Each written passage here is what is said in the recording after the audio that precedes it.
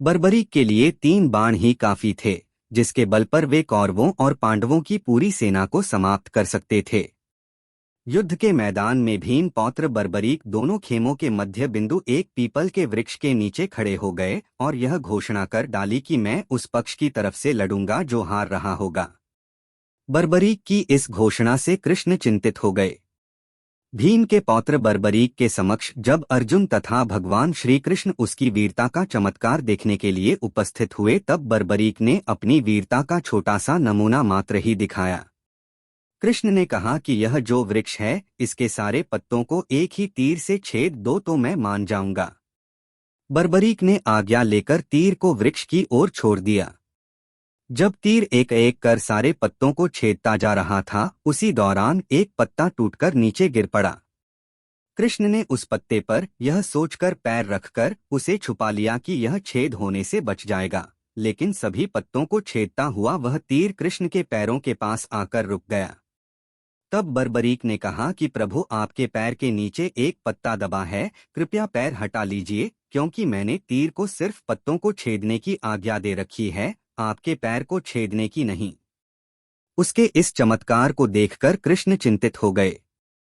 भगवान श्री कृष्ण यह बात जानते थे कि बर्बरीक प्रतिज्ञावश हारने वाले का साथ देगा। यदि कौरव हारते हुए नजर आए तो फिर पांडवों के लिए संकट खड़ा हो जाएगा, और यदि जब पांडव बर्बरीक के सामने हारते नजर आए तो फिर वह पांडवों का साथ देगा। इस तरह वह दोनों ओर की सेना को एक ही तीर से खत्म कर देगा। तब भगवान श्री कृष्ण ब्राह्मण का भेष बनाकर सुबह बर्बरीक के शिविर के द्वार पर पहुंच गए और दान मांगने लगे।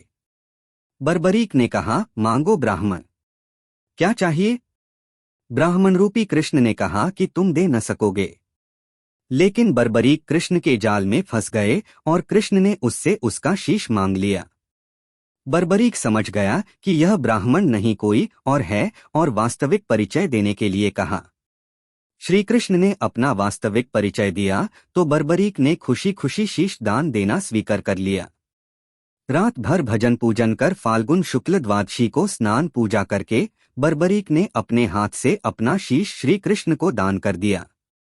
शीश दान से पहले बर्बरीक ने श्री कृष्ण से युद्ध देखने की इच्छा जताई थी, इसलिए श्री कृष्ण ने बर्बरीक के कटे शीश को युद्ध अवलोकन के लिए एक ऊंचे स्थान पर स्थापित कर दिया।